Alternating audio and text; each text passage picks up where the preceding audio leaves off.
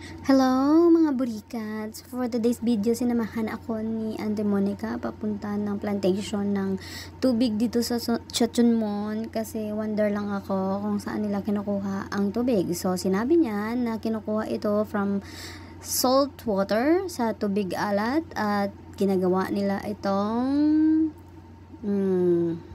inuming tubig para isupply sa buong Chunmon.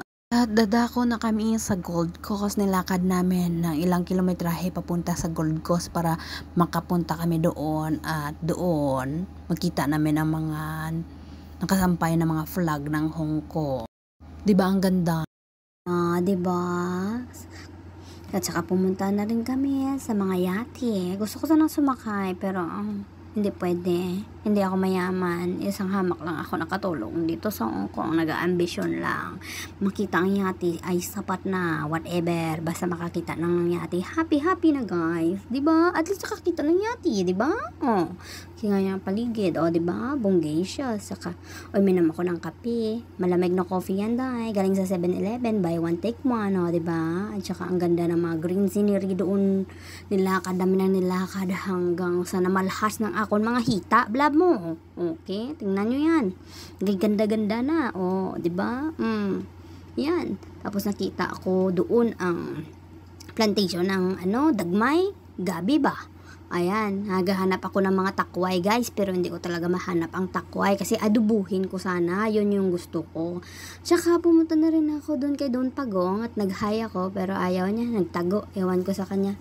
Nahiya siguro sa pagmumukha ko na pangit at saka lakad na parang mga baliw kami sa kalalakad o ayan, hanggang pumunta na kami doon sa Gold Beach. So dito sa Gold Beach, dyan mo makikita ang mga dolphin daw na naglalaro kung may mga tao. O ayan, tsaka sa kabila na yan guys, nakita ko na naman ang yate na dream come true ko rin sana napuntahan, kaso makasakay din sana man lang ako one day pero hindi pwede. So ayan na, yan ang mukha ko guys, ang ganda-ganda ko diba, parang negrang-negra, puta, so yan.